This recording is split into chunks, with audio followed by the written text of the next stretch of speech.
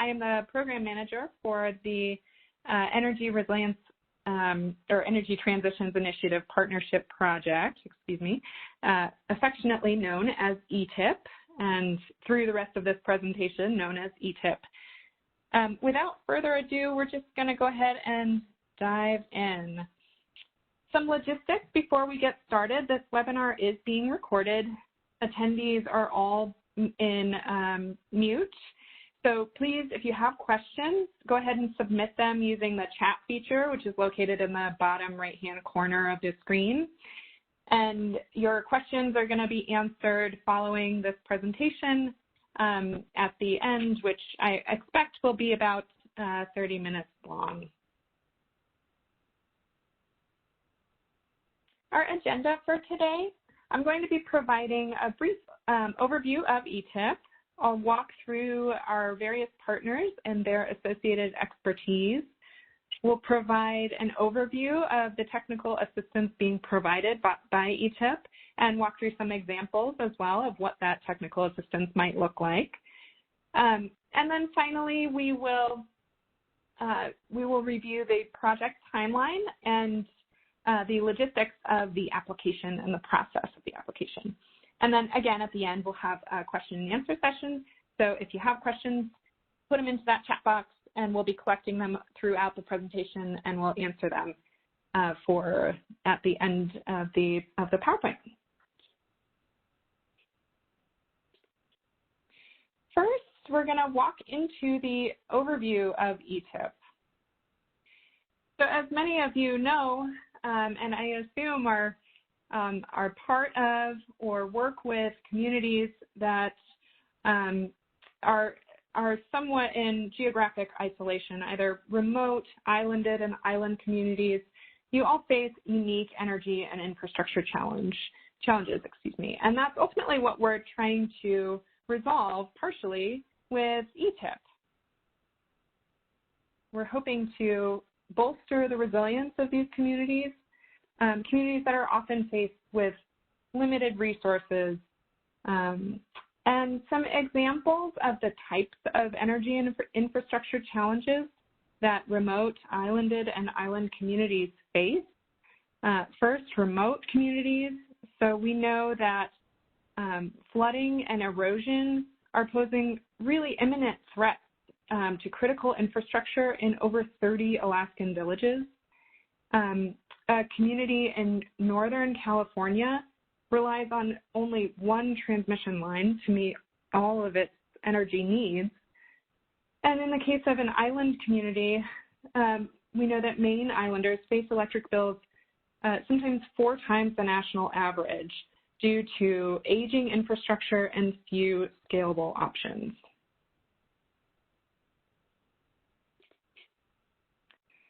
So ETIPP is, again, our answer to resolve some of these challenges faced by communities and also bolster the resilience in these communities. So we're really taking and standing up a holistic and community-driven approach to advance these energy transitions in remote island and islanded communities. And we're doing that by providing a comprehensive, go ahead. Okay. A comprehensive technology-neutral technical assistance program that prioritizes the community challenges, values, and goals. And we'll emphasize this throughout the presentation, but again, this is really, we're looking at this effort being driven by community priorities. We want to be led ultimately by the needs identified by community leaders and assist them in the transformation of their energy system for that goal of resilient energy systems. So you can see here just a nice little graphic identifying how we're partnering the community priorities with the deep energy sector experience that we're bringing via our national lab partners, and then also the specialized local expertise that our regional partners are bringing to the table to hopefully come to these resilient energy systems solutions.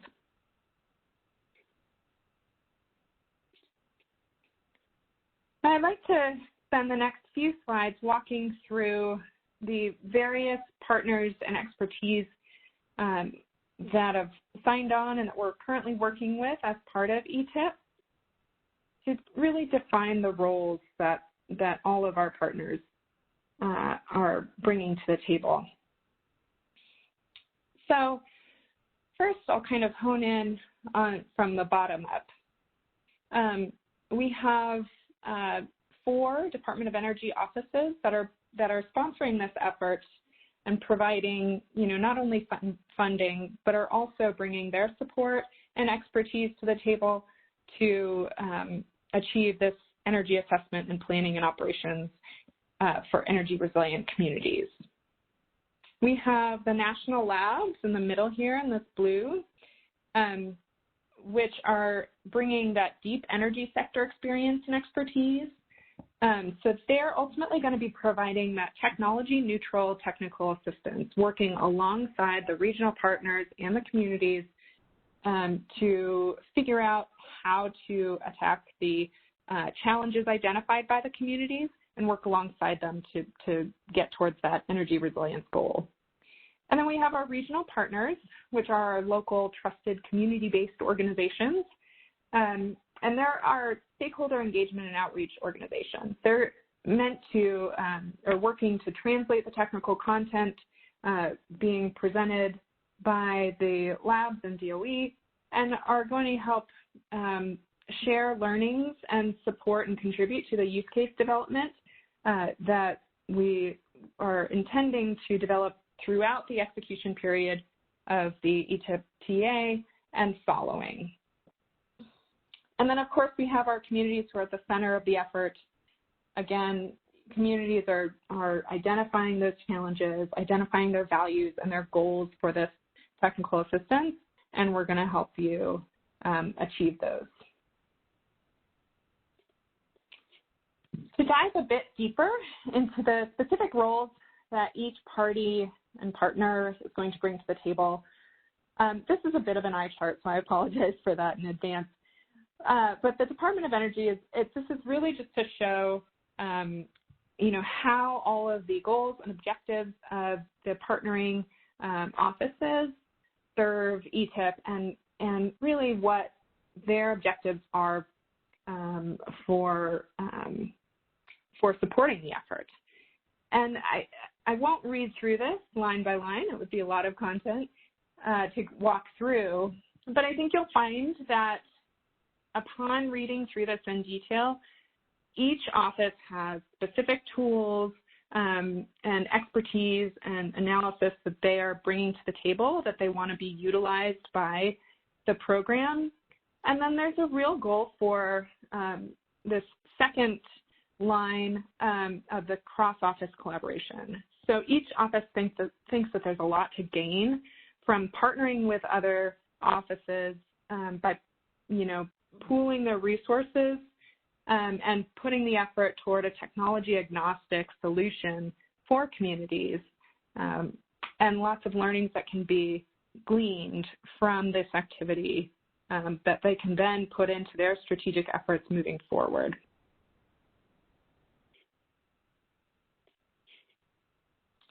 The national labs involved in this effort, we have 4. So there's Lawrence Berkeley National Lab, the National Renewable Energy Laboratory, Pacific Northwest National Lab, and then Sandia National Laboratories.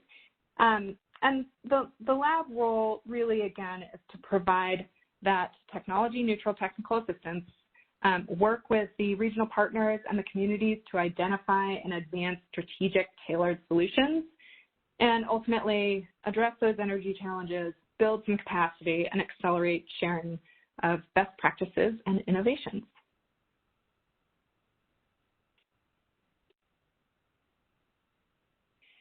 Our regional partners are located across the country, and you can see here on the map. We have 5 in total, 2 located in Alaska, 1 in the Northeast, 1 in the Southeast, and 1 in Hawaii and covering the Pacific Islands.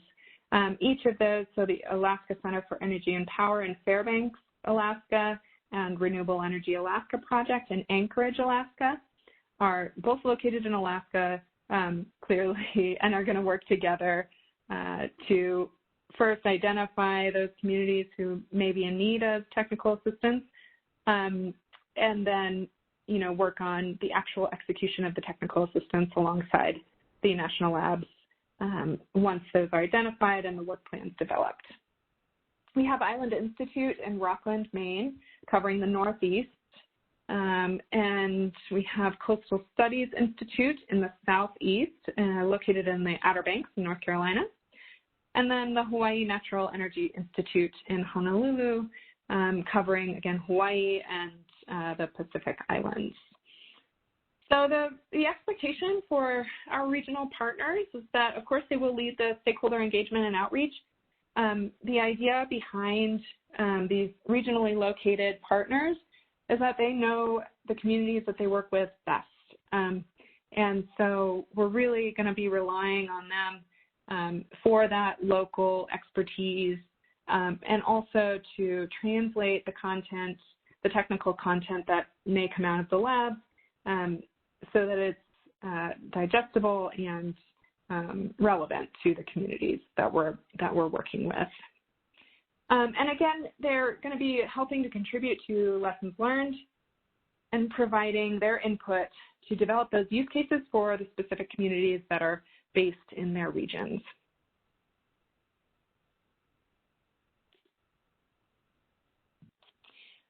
All right, and then last but not least, certainly, are our communities. So through this application process in this first phase of ETIPP, we hope to select between 8 to 12 communities, and expect that we'll be identifying which communities we'll be working with in a couple months in spring of this year. Based on the application content and the work plan development, we're going to be pairing each community that's selected with a regional partner based on their geographic location, and then also national lab staff based on the technical needs that are identified in the work plan.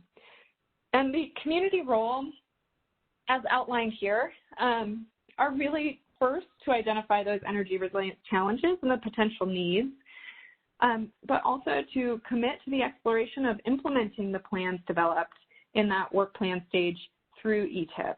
So over the course of the 12 to 18-month period, really want to be sure that all parties are very committed to executing the plans developed. The communities themselves will be really vital in convening those relevant community decision makers and influencers, that are going to be vital to the success of the technical assistance program. And then, of course, the communities will be working alongside our regional partners and our lab technical experts to address the energy challenges that they've identified.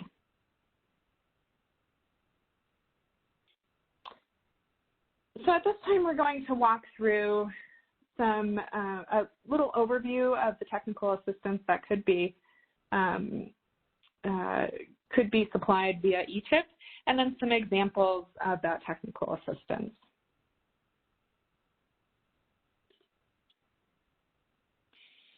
Now, this is kind of a very simplistic view of what the ETIPP technical assistance could be, but found it's kind of the best way to present the broad spectrum of technical assistance that we feel fits underneath the ETIPP umbrella. And I've presented it here in this kind of complexity progression, if you will.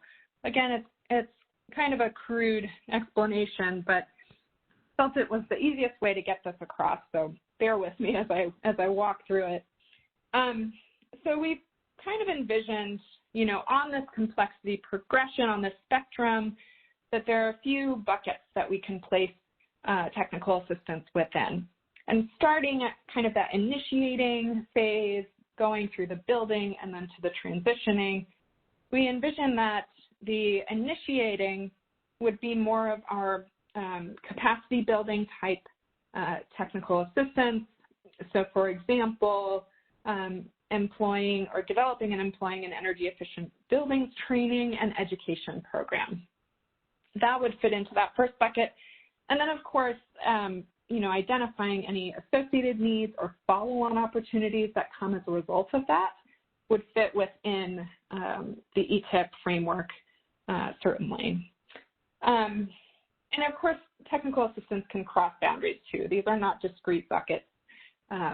So I feel like, again, it's kind of a hard thing to frame, but hopefully we get an idea here. In that second bucket, the building bucket, you'll see the types of activities that we envision here are maybe a renewable energy resource assessment and siting analysis. And then in that transitioning bucket, potentially plan development for pilot technology procurement and application. I'm going to go into each one of these in a little bit more detail in the next few slides and provide an example of each. In this first, the initiating, which again we envision as kind of the capacity development, capacity building type activities. An example of this, we at NREL were able to work with some tribes who needed some training for solar system operations and maintenance. So we worked with grid alternatives to develop and provide a week-long workshop for technical staff of 5 Indian tribes on just this topic. And so the workshop included some classroom learning and some hands-on experience. And again, this is kind of just an example to present the types of things that we can achieve via ETIPP. And certainly this would be paired with potentially some other activity to fill out that 12 to 18-month period and really meet the needs identified by the communities.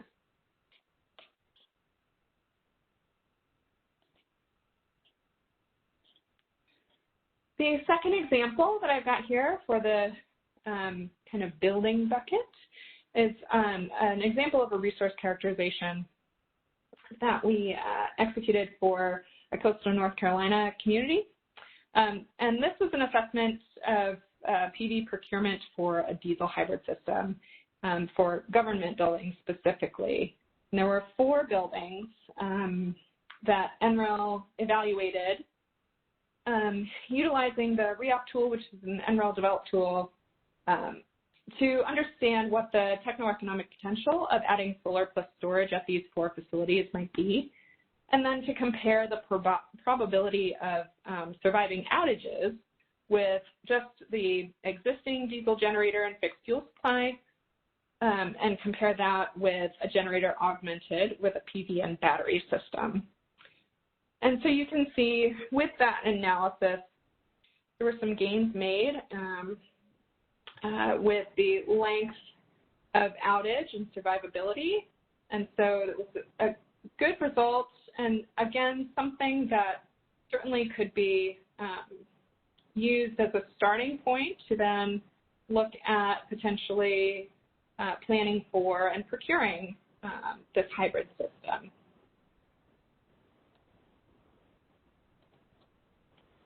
And then the last example that I'll provide, which is more in that transitioning phase, and identifies, the actual deployment of a pilot technology. This one was an ask that came from Igiagig, Alaska, and this was an assessment and refinement of their long-term energy strategy.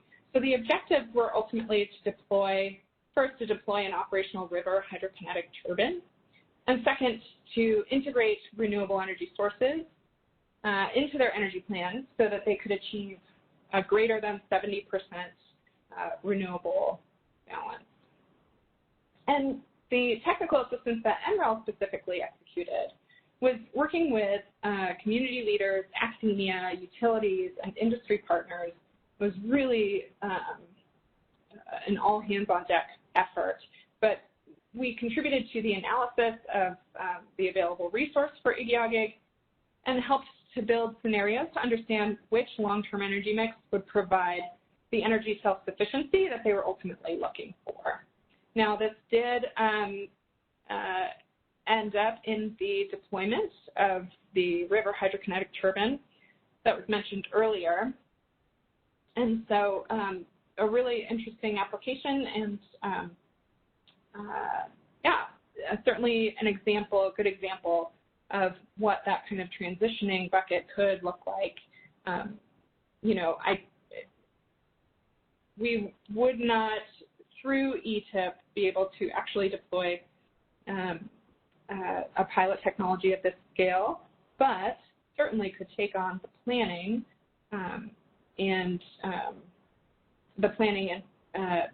for procurement, or, you know, community support, those types of activities.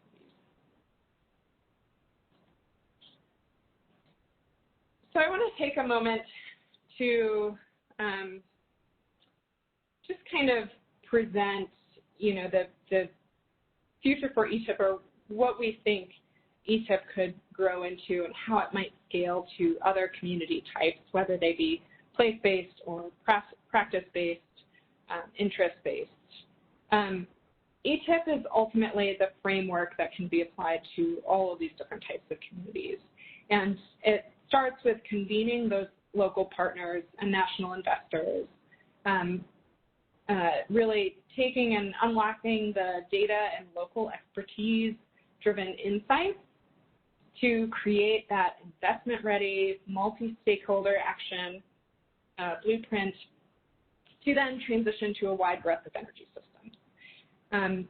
So we really see this as an opportunity to use this framework to create some replicable learning that can scale to other community types, even if at its face it doesn't seem like these communities have a lot in common. Potentially there are some learnings that we could apply.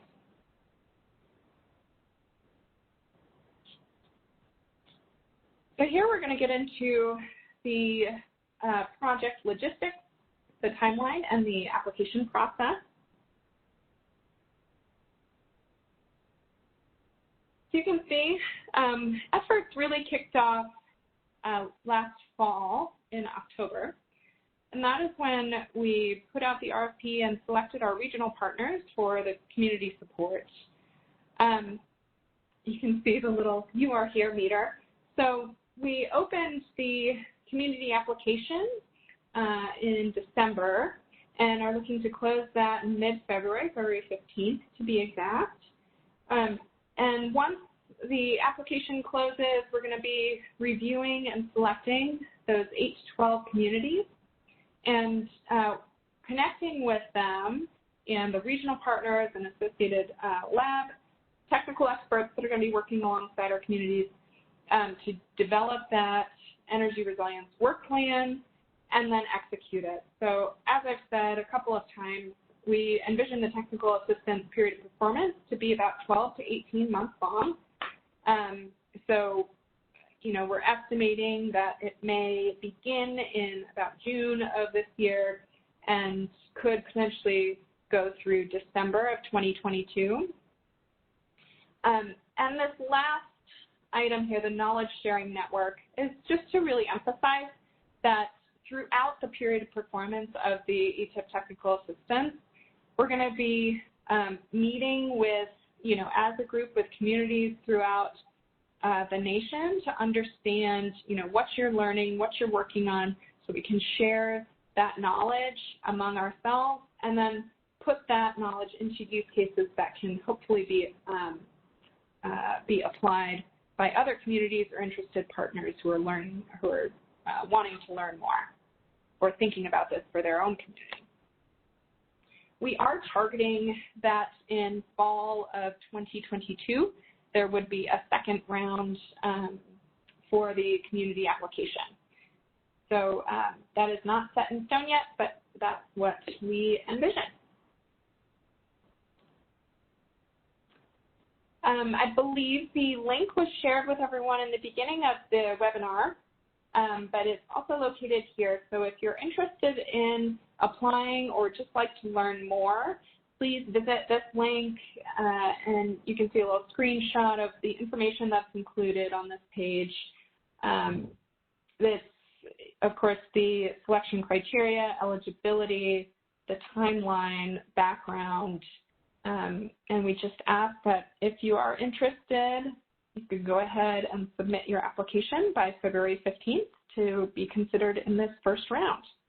And we'll be making those selections likely the announcements will be made in late March or early April.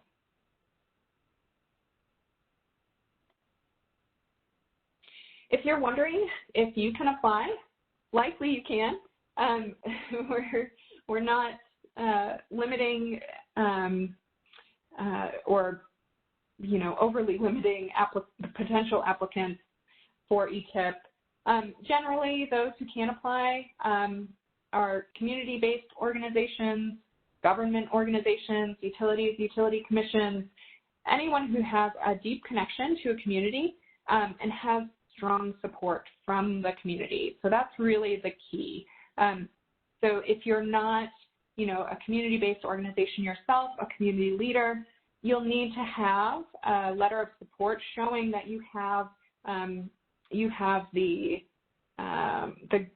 go-ahead from your community that you identify in the application to move forward with the ETIPP application, and that they are also committed to the technical assistance as it's presented in the application.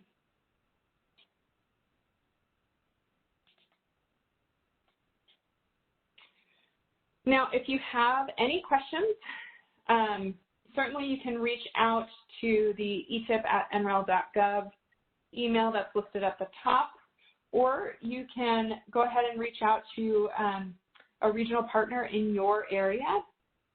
All of the contacts are listed here. If you're located in Alaska and aren't sure, you can get in touch with either Patty or Chris at ACEP or REAP, and they will convene and coordinate and move you forward. So I think that is the end of my presentation. I'm happy to take any questions from the audience.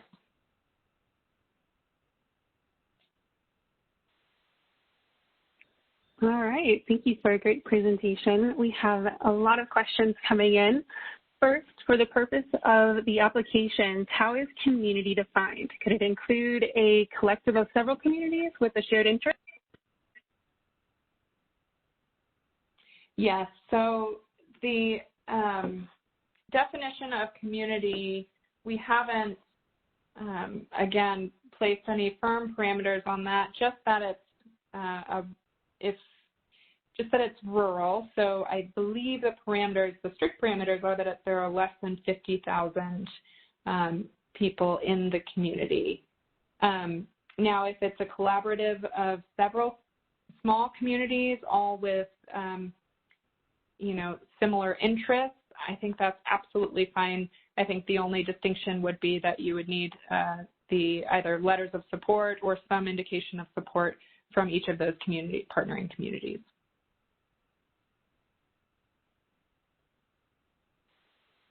Okay, another question is clarity on definition. What do we mean by technology agnostic or technology neutral?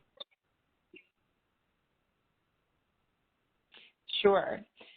So the definition there is really that we're going into any challenge or opportunity presented by the community with a technology neutral approach, meaning that we are not going in with a solar solution for communities or going to try and push one technology over another solution for any of the communities that apply in. We're really going to be taking in the full breadth of analysis and resources and technologies that are available to us as national lab staff, and really want to find the solution that will work best for the community applying in, whether or not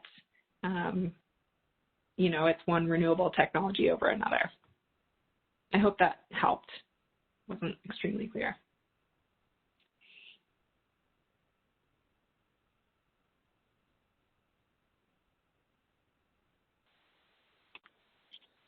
Okay. Another thought or question is, can I apply for a community who I might represent? So if the question is that you are not currently located in the community, but are going to be applying in on behalf of a community, I would say that yes, you can. You just have to show that you have shopped this around and, gotten appropriate support from the community leaders and those who are ultimately going to be working with our national lab staff and our regional partners to execute the technical assistance. So as long as that relationship has been established and support has been established, then yes.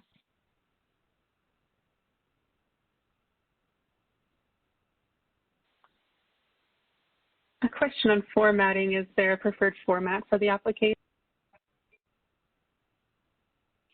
Yep, so the application online is just a fillable format, so you can go ahead and actually submit responses to the questions online. If you're not able to access the form online, we do have a fillable form PDF that we're happy to email out to anyone who needs it.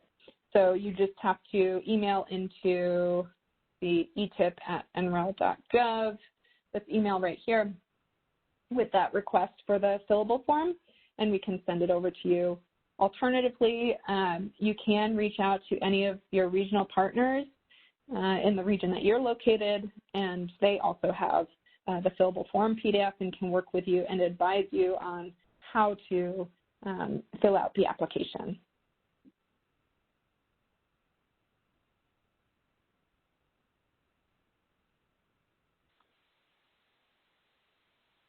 Okay.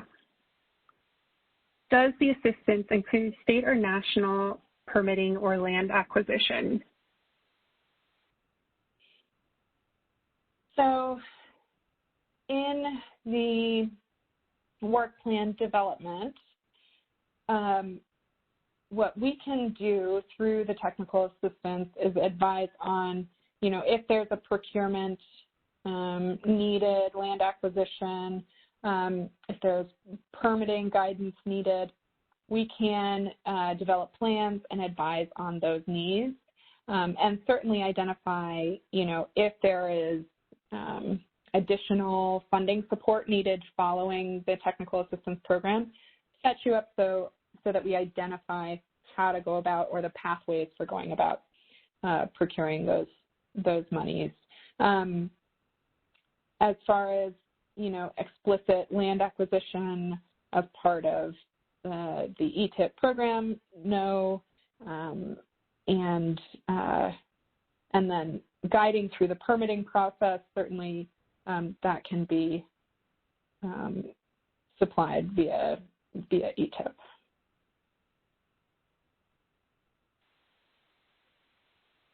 Next question is there any way for nonprofit organizations to get involved with ETIPP to help deliver into the help with the delivery into the community, or has the partnership been finalized?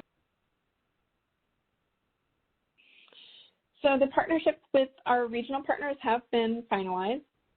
Certainly, I think if you have specific questions on how you might get engaged, please email at that ETIPP@nrel.gov. And, we can talk about it further. We're always interested in getting engaged with organizations who are interested, so.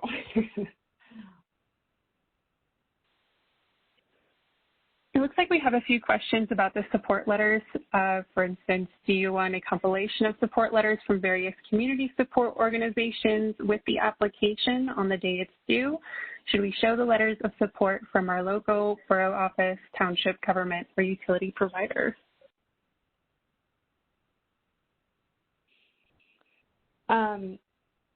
I would say yes, we would like to see support letters with the application from multiple and different parties.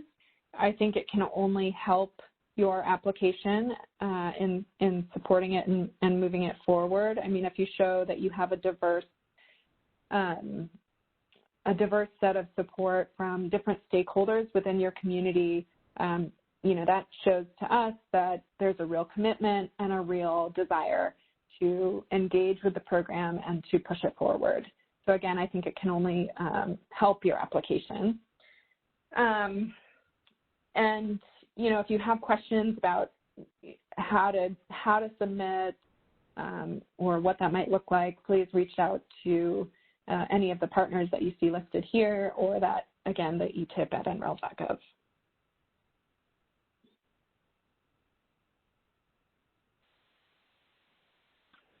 All right, next question. Can a remote community that does not have a clear association with one of the regional partners mentioned apply? Yes, that's a great question, and something we absolutely did think about when selecting our regional partners. If you don't fit squarely within any one of these regions, please do go ahead and apply, and feel free to reach out to any one of them, or again, that ETIPP at NREL.gov email address, and we'll figure out a way to get the support you would need through the application process, and walk you through it. And we would hate for a community to feel unsupported through the process because you don't fit squarely within the regions identified by the program and in the selection of our regional partners.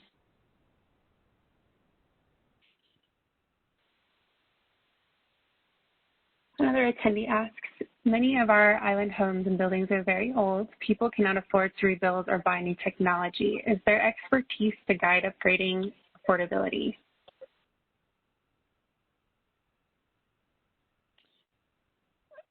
I'm sorry, Kim, can you say that one more time? I just missed the last little bit of it. The question is there any expertise to guide, I apologize, I just lost the question.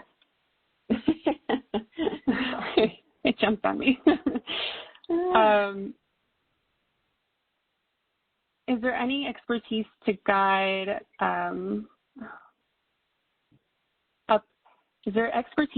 upgrading affordability? Okay. Yeah, so I mean, with building construction, planning, design, yes, absolutely. We have many experts at multiple labs that work within, home, commercial, and residential building design for, energy efficiency and cost efficiency. And so certainly that would be a topic that we would be more than happy to tackle via ETIPP.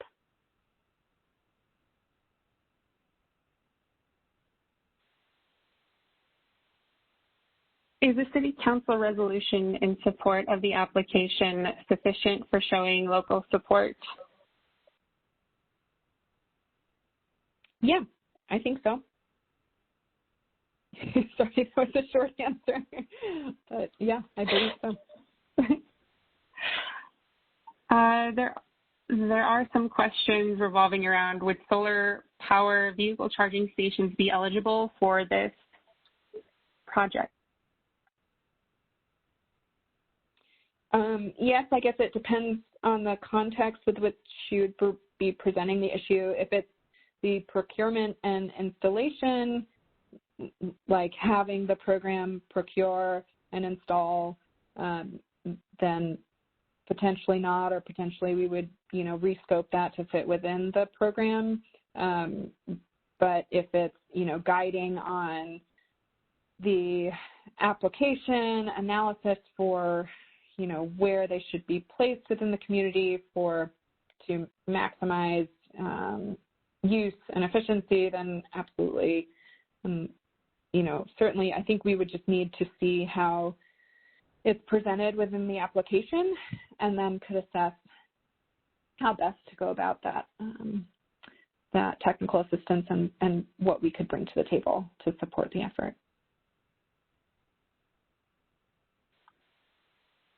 We do have a couple questions coming in asking about when do we need the letter of support?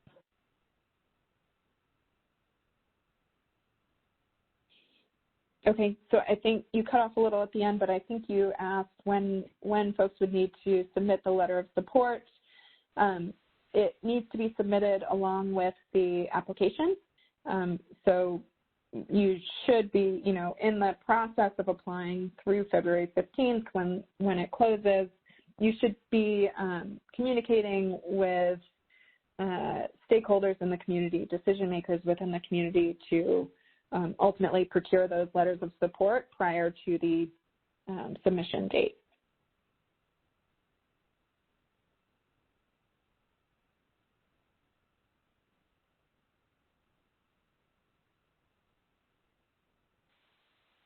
All right, thank you for answering. We have quite a few questions coming in about whether these slides and recording will be available, and that answer is yes for those who are curious.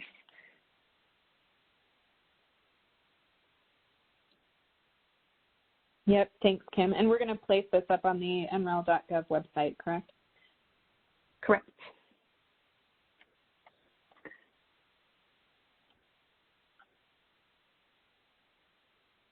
Let's see. If we apply as a tribal government, can we partner with the city so that the grant could serve all Native and non-Native community members? Absolutely. That sounds like a wonderful partnership, and certainly something that would fit within the scope of this effort.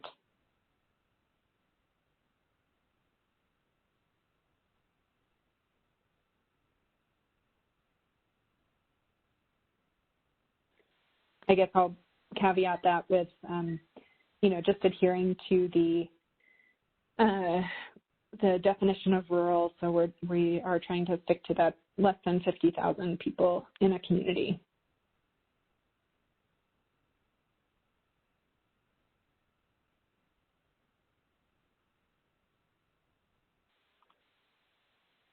Okay, another question is, from an attendee is, one of the issues with our community is that we have difficulty choosing between options and don't necessarily have the technical ability to assess if our intervention or project is cost effective or doing what we hoped it would. Can you help with this kind of assessment?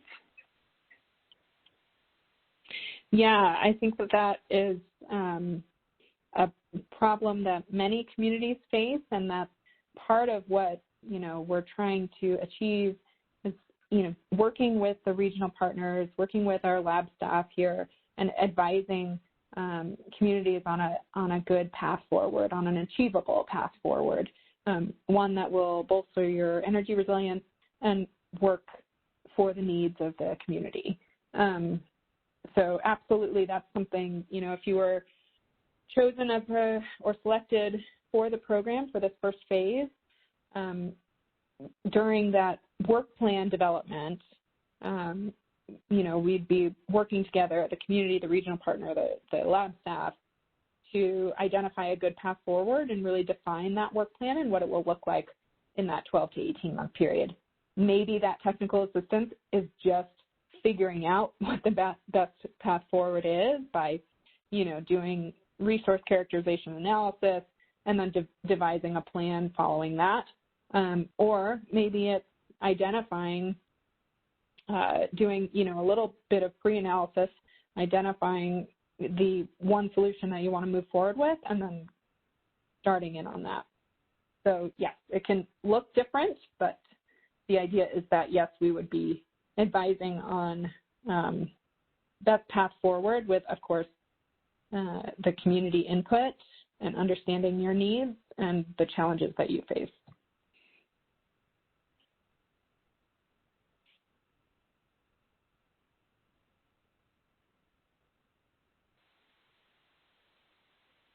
Okay, is there an option to work with USDA Rural Utility and jointly plan energy and broadband projects?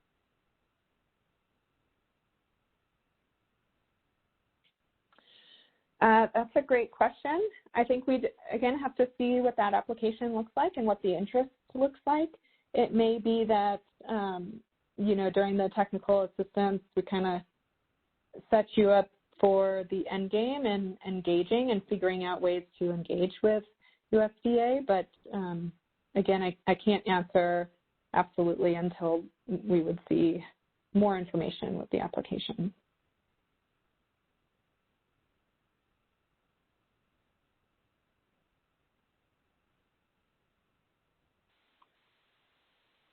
Okay, it looks like we have a couple more questions here if we're good on time.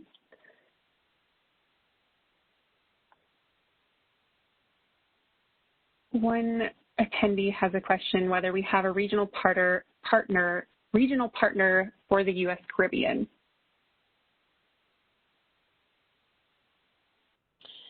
Yeah, the idea is that, again, so those communities that don't explicitly fall into one of the regions that we've identified, certainly we encourage you to still apply in or get in touch with us at that ETIPP@nrel.gov email address, and we can work with you and advise you on how to fill in the application.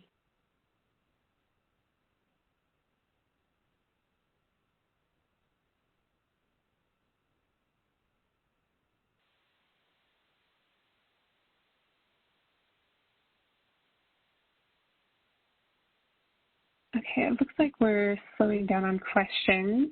Would you like to answer a couple more, Tessa?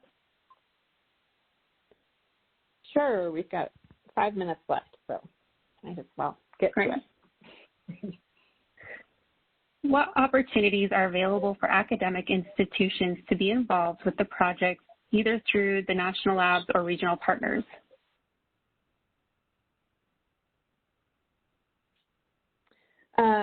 So I think, there's definitely an opportunity.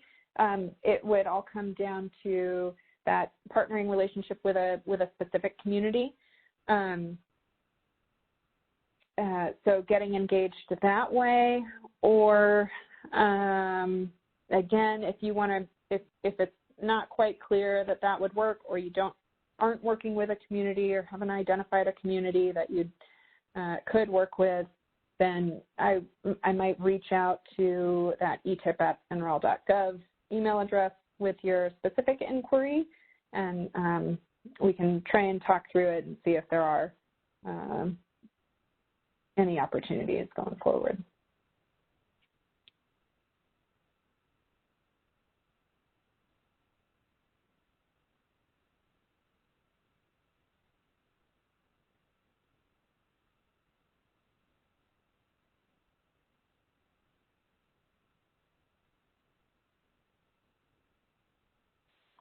I do see a question, sorry, Kim, about climate change issues. So, yes, the partners are knowledgeable about these issues in the context of, supporting your energy resilience, of course. So whether, that's bolstering resilience in regards to weatherization, in regards to, critical facilities assurance, hazards assurance. Certainly we can address those types of issues as well in ETIPP.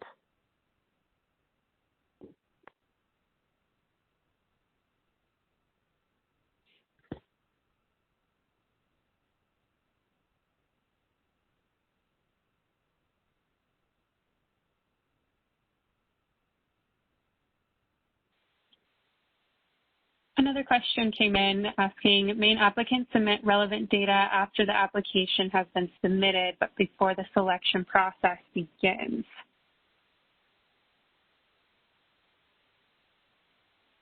I guess I'm not quite clear on the question. So can data be submitted not with the application, but following that in support of the application? I guess, I think any data that you would like to be reviewed as part of your application for ETIPP, please include it in the in the actual body of the application. Supplement data should not be submitted as a separate document.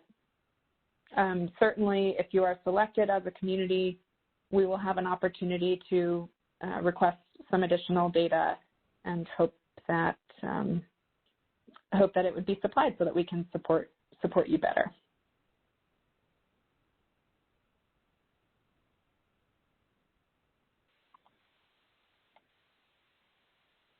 Okay, and then one final question. Can you point us to recommended definitions of and metrics for resilience? Sure, I believe the definition for resilience is included in our website. So if you go to the website, you'll be able to see the definition that we are currently utilizing for resilience and this effort. As far as metrics, we can certainly do some follow-on, should you be selected as a community, we can dig into that a little further and define resilience metrics specific to your community that you'd like to charge ahead toward.